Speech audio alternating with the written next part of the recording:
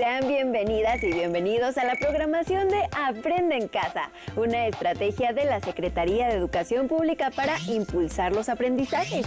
En esta sesión nos acercaremos a las asignaturas de tecnología de tercer grado con el título ¿Qué caracteriza a un sistema tecnológico? Como sabemos, la tecnología se encuentra presente en la mayoría de los ámbitos de la vida que nos rodea, ya sea como usuarios, creadores o innovadores. En educación básica, la tecnología se divide en campos tecnológicos como agropecuarias y pesqueras, de alimentos, de producción, de construcción de la información y la comunicación, de la recreación y de la salud. Es importante señalar que la asignatura de tecnología permite relacionar las matemáticas, español, geografía e historia, entre otras que contribuyen al desarrollo de saberes y su significación. Por ejemplo, Internet es un sistema tecnológico con distintos componentes que permiten buscar, enviar y recibir información impresa, en imagen, en video o sonido, desde un dispositivo a otro. Es lo que sucede con el uso de teléfonos celulares, pero ¿qué componentes conforman al Internet y qué características tiene? Para reforzar los contenidos de la sesión, les recomendamos tener cerca de ustedes papel y lápiz para que anoten las ideas principales, reflexiones y actividades e incorpórenlas a su carpeta de experiencias más tarde. Cuando regresen a clases, compártanla con su docente y grupo. Veamos el siguiente video para que identifiquen los distintos componentes del sistema de Internet y sus características.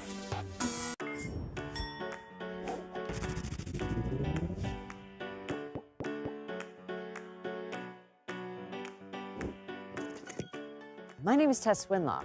I'm a software engineer at Google. Here's a question. How does a picture, text message, or email get sent from one place to another? It isn't magic. It's the internet, a tangible physical system that was made to move information. The internet is a lot like the postal service, but the physical stuff that gets sent is a little bit different. Instead of like boxes and envelopes, the internet ships binary information. Information is made of bits. A bit can be described as any pair of opposites, on or off, yes or no. We typically use a 1 meaning on or a 0 meaning off. Because a bit has two possible states, we call it binary code. 8 bits strung together makes 1 byte. 1,000 bytes all together is a kilobyte. 1,000 kilobytes is a megabyte. A song is typically encoded using about 3 to 4 megabytes. It doesn't matter if it's a picture, a video, or a song, everything on the internet is represented and sent around as bits. These are the atoms of information. But it's not like we're physically sending ones and zeros from one place to another, one person to another. So what is the physical stuff that actually gets sent over the wires and the airwaves? Well, let's look at a small example here of how humans can physically communicate to send a single bit of information from one place to another. So say that we could turn on a light for a 1 or off for a 0, or use beeps or similar sort of things of like Morse code. These methods work, but they're really slow, error-prone, totally dependent upon humans. What we really need is a machine. So throughout history, we've built many systems that can actually send this binary information through different types of physical mediums. Today, we physically send bits by electricity, light, and radio waves. To send a bit via electricity, imagine that you have 2 light bulbs connected by a copper wire. If one device operator turns on the electricity, then the light bulb lights up. No electricity, no light.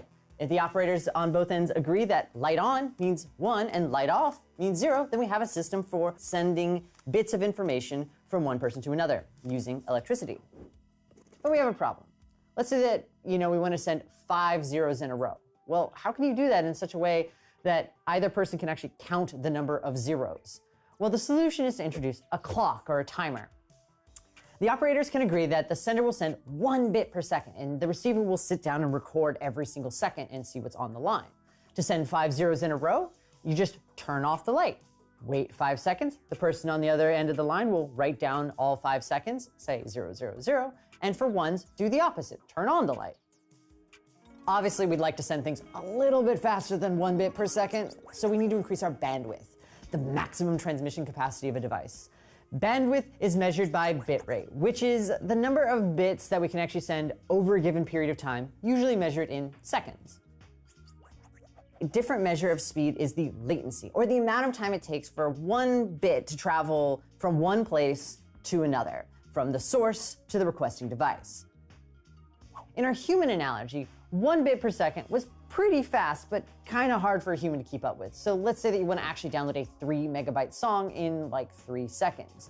At 8 million bits per megabyte, that means a bit rate of about 8 million bits per second. Obviously, humans can't send or receive 8 million bits per second, but a machine can do that just fine. But now there's also a question of what sort of cable to send these messages over and how far the signals can go. With an Ethernet wire, the kind that you find in your home or office or school, you see really measurable signal loss over just a few hundred feet. So if we really want this internet thing to work over the entire world, we need a different way of sending this information really long distances. I mean, like across an ocean. So what else can we use? Well, what do we know that moves a lot faster than just like electricity through a wire? Well, light. We can actually send bits as light beams from one place to another using a fiber optic cable. A fiber optic cable is a thread of glass engineered to reflect light. When you send a beam of light down the cable, light bounces up and down the length of the cable until it is received on the other end. Depending on the bounce angle, we can actually send multiple bits simultaneously, all of them traveling at the speed of light. So fiber is really, really fast. But more importantly, the signal doesn't really degrade over long distances. This is how you can go hundreds of miles without signal loss. This is why we use fiber optic cables across the ocean floors to connect one continent to another. In 2008, there was a cable that was actually cut near Alexandria, Egypt, which really interrupted the internet for most of the Middle East and India. So we take this internet thing for granted, but it's really a pretty fragile physical system.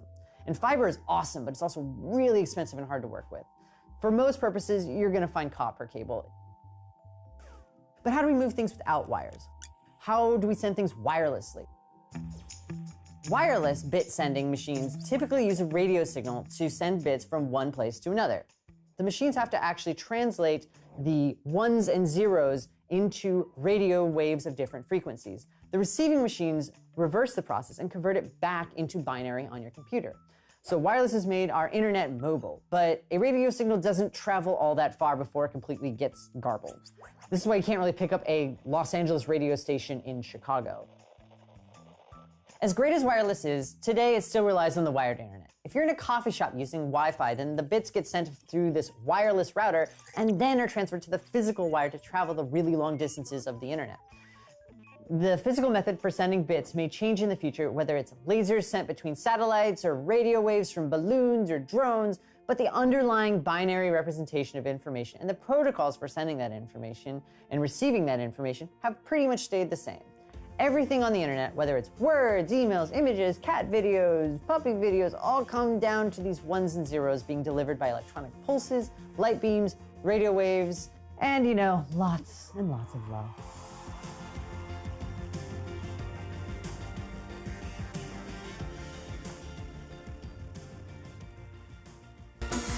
Como pudimos observar, el Internet es un sistema tecnológico con componentes y características específicas. Algunos de sus componentes son cables de cobre o de fibra óptica que se distinguen por remitir información mediante pulsos electrónicos. Escriban en su cuaderno otro componente de Internet y un aspecto que lo caracterice. Se puede generalizar que cualquier sistema tecnológico está constituido por componentes, como los materiales que se utilizan en el sistema, cuyos atributos lo caracterizan. ¿Qué otros ejemplos de sistemas tecnológicos recuerdan? ¿Qué componentes tienen y qué los caracteriza? Anótenlos en su cuaderno.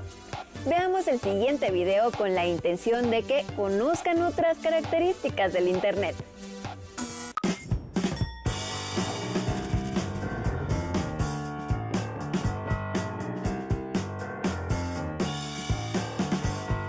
Hi, my name is Paula, and I am a software engineer at Microsoft.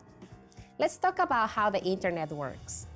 My job relies on networks being able to talk with one another.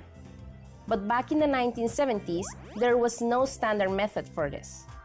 It took the work of Vint Cerf and Bob Kahn to invent the Internet Working Protocol to make communication possible. This invention laid the groundwork for what we now call the Internet. The Internet is a network of networks It links billions of devices together all around the globe. So maybe you're connected with a laptop or a phone through Wi-Fi, but then that Wi-Fi connection connects to an internet service provider, or ISP, and that ISP connects you to billions and billions of devices around the world through hundreds of thousands of networks that are all interconnected. One thing that most people do not appreciate is that the internet is really a design philosophy and an architecture expressed in a set of protocols. A protocol is a well-known set of rules and standards that, if all parties agree to use it, will allow them to communicate without trouble. How the internet actually physically works is less important than the fact that this design philosophy has allowed the internet to adapt and absorb new communication technologies. This is because in order for a new technology to use the internet in some fashion, it just needs to know which protocols to work with. All the different devices on the internet have unique addresses. An address on the internet is just a number, similar to a phone number or a sort of street address that's unique to each computer or device at the edge of the network. This is similar to how most homes and businesses have a mailing address. You don't need to know a person to send them a letter in the mail, but you do need to know their address and how to write the address properly so the letter can be carried by the mail system to its destination. The addressing system for computers on the internet is similar, and it forms part of one of the most important protocols used in internet communication, simply called the Internet Protocol, or IP. A computer's address then is called its IP address. Visiting a website is really just your computer asking another computer for information. Your computer sends a message to the other computer's IP address, and it also sends along its origin address so the other computer knows where to send its response. You may have seen an IP address. It's just a bunch of numbers. These numbers are organized in a hierarchy. Just like a home address has a country, a city, a street, and a house number, an IP address has many parts. Just like all digital data, each of these numbers is represented in bits. Traditional IP addresses are 32 bits long, with 8 bits for each part of the address. The earlier numbers usually identify the country and regional network of the device. Then come the subnetworks, and then finally the address of the specific device. This version of IP addressing is called IPv4.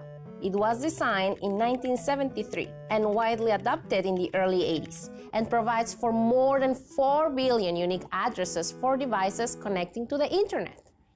But the internet has turned out to be much more popular than even Vince Cerf imagined, and 4 billion unique addresses won't be enough. We're now in the middle of a multi-year transition to a longer IP address format called IPv6, which uses 128 bits per address and provides over 340 undecillion unique addresses. That's more than enough for every grain of sand on Earth to have its own IP address. Most users never see or care about internet addresses. A system called the Domain Name System, or DNS, associates names like www.example.com with the corresponding addresses. Your computer uses the DNS to look up domain names and get the associated IP address, which is used to connect your computer to the destination on the internet. And it goes a little something like this. Hey, hi there. I want to go to www.code.org. Yeah, I don't know the IP address for that domain. Let me ask around. Hey, you know how to get to code.org? Yeah, I got it right here. It's 174.129.14.120. Oh, okay, great, thanks. Yeah, I'm gonna write that down and save it for later in case I need it. Hey, here's that address you wanted. Awesome, thank you.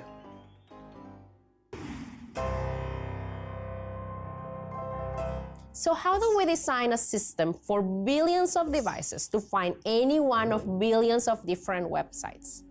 There is no way one DNS server can handle all the requests from all devices. The answer is that DNS servers are connected in a distributed hierarchy and are divided into zones, splitting up responsibility for the major domains, such as .org, .com, .net, etc. DNS was originally created to be an open and public communication protocol for government and educational institutions. Because of its openness, DNS is susceptible to cyber attacks. An example attack is DNS spoofing. That's when a hacker taps into a DNS server and changes it to match a domain name with the wrong IP address. This lets the attacker send people to an imposter website. If this happens to you, you are vulnerable for more problems because you are using that fake website as if it is real. The internet is huge and getting bigger every day, but the domain name system and internet protocol are designed to scale, no matter how much the internet grows.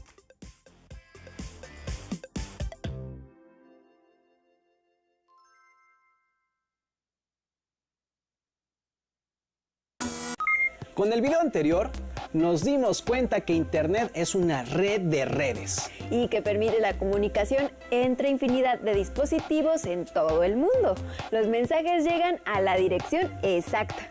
Ahora bien, ¿qué características tiene Internet que permite enviar mensajes exactamente a donde ustedes lo decidan? Reflexionen acerca de la pregunta y respondan en su cuaderno. Compartan su respuesta con su familia. Veamos otras características del sistema de Internet. Podremos observar que la información se manda en un paquete que recorre ciertas rutas y que la llegada a su destino es fiable. 7, 6, 5, 4, 3, 2, 1.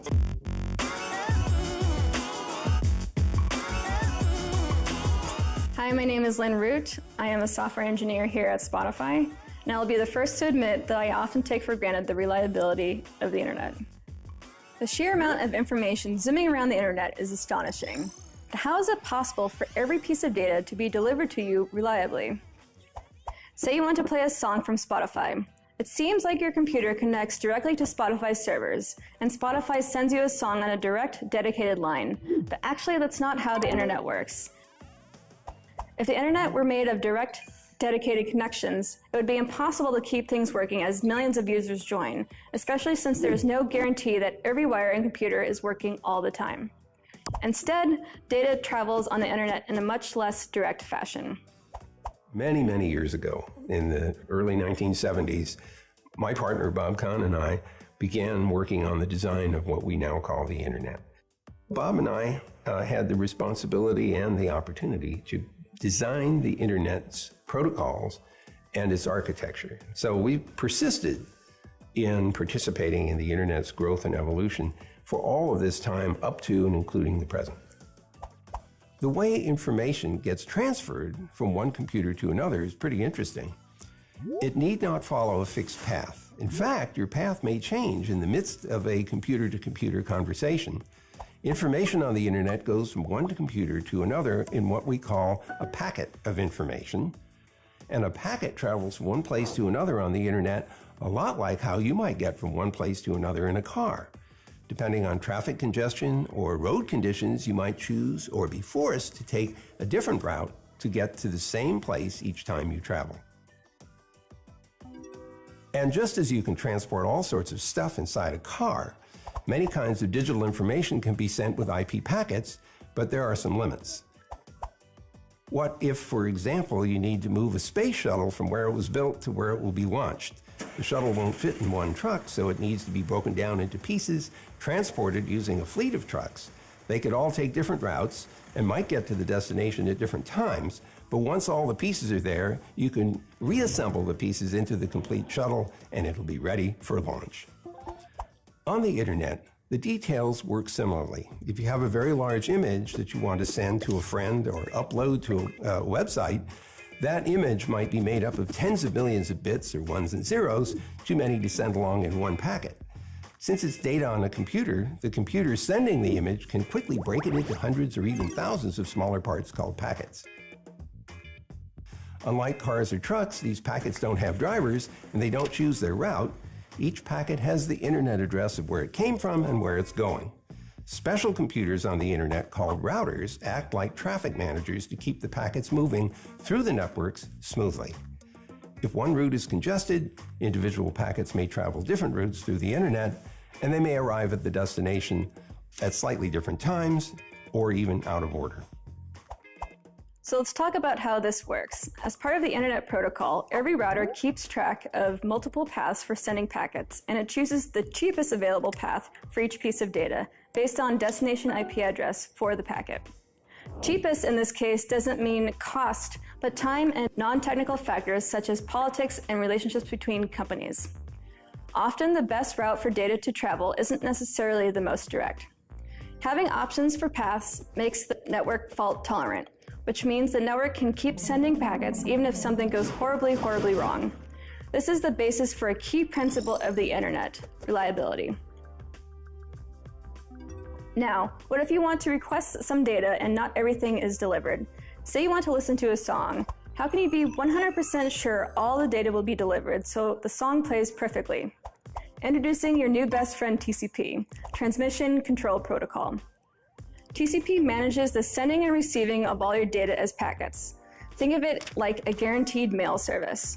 When you request a song on your device, Spotify sends a song broken up into many packets. When your packets arrive, TCP does a full inventory and sends back acknowledgments of each packet received. If all packets are there, TCP signs for your delivery and you're done.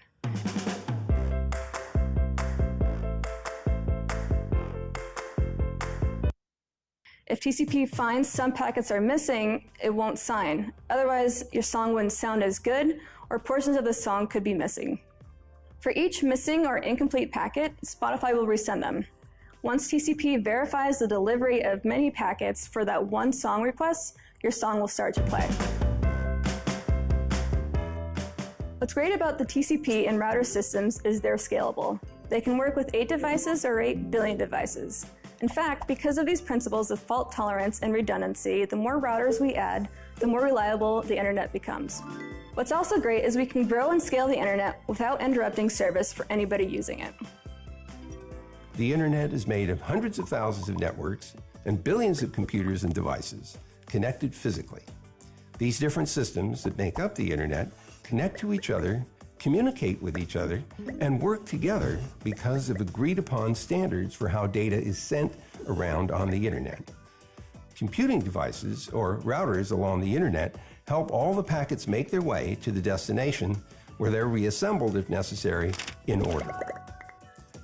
This happens billions of times a day, whether you and others are sending an email, visiting a web page, doing a video chat, using a mobile app, or when sensors or devices on the internet talk to each other.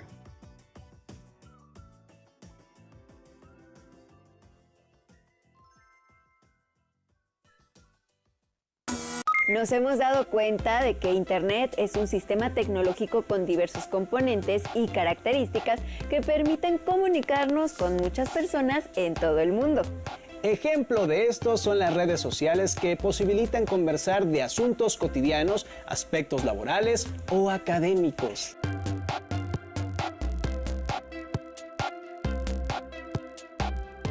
Con sus propias palabras, respondan en su cuaderno la pregunta: ¿qué caracteriza a un sistema tecnológico?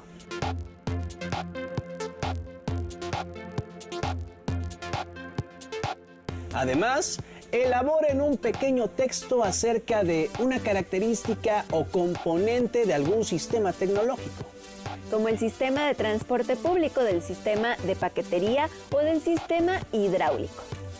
Estos u otros sistemas permiten que el transporte los lleve exactamente a donde quieren llegar, que envíen un paquete a otra ciudad, que el agua llegue a su casa o escuela. En fin, pueden surgir otros ejemplos. Elaboren un dibujo, croquis o maqueta del ejemplo seleccionado.